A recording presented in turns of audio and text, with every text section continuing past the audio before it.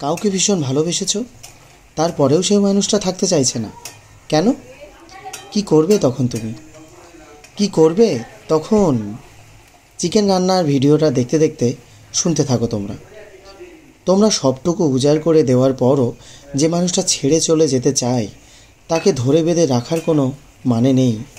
এসব মানুষদের যেতে দাও। মনে রাখবে, মানুষ কোনো খাঁচায় বন্দি প্রাণী নয় যে তাকে তুমি জোর করে আটকে রাখবে।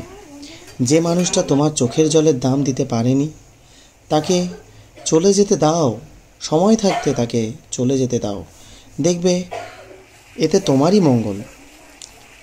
তোমার জীবন থেকে কেউ চলে যেতে চাইলে তাকে মায়া কিংবা ভালোবাসার টানে দুই একবার বাধা দেওয়া যায়, কিন্তু বারবার বাধা দিয়ে তার কাছে নিজেকে ছোট করে রাখার কি কোনো মানে আছে?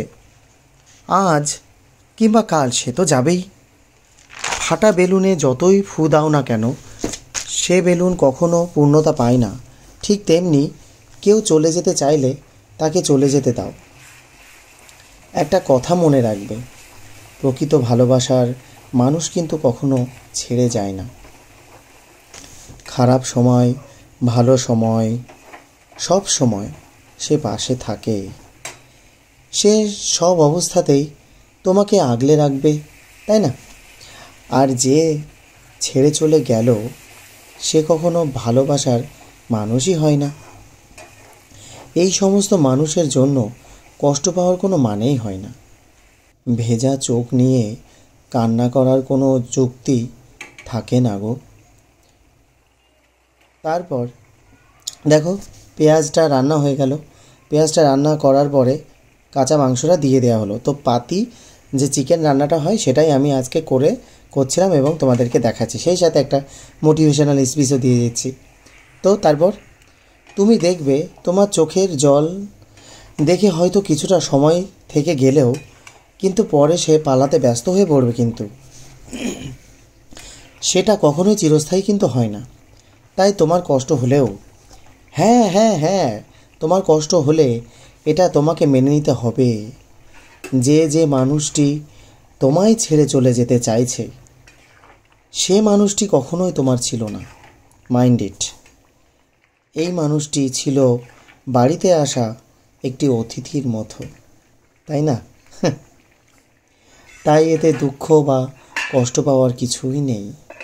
সত্যিকারের ভালোবাসা কখনোই কারোর হাতে ছাড়ে না, জেনে রেখো। তাকে তুমি যাই বলো না কেন সে কিন্তু থেকে যাবেই, কারণ সে তোমায় সত্যিই ভালোবাসে। আর তাদেরকে বিদায় দাও যে তোমার বুকের যন্ত্রণা অনুভব করেনি কোনো দিন।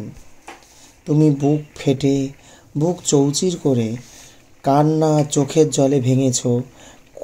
কত রাত, কত দিন তুমি ঘুমাতে পারোনি। সেই মানুষটার কি কোনো খবর আছে যে তুমি কত রাত ঘুমাতে পারোনি? হ্যাঁ, তাই তাদেরকে সময় থাকতে যেতে দাও। আর ভুলকে ভুল ভেবে আঁকড়ে ধরার কোনো মানে হয় না। আর এটা ভাবতে পারলে জীবনটা অনেক সুন্দর। তো যাই হোক, মাংসটা দেখছো, রান্না করতে করতে এই মোটিভেশনাল স্পিচটা মনে পড়ে গিয়েছিল।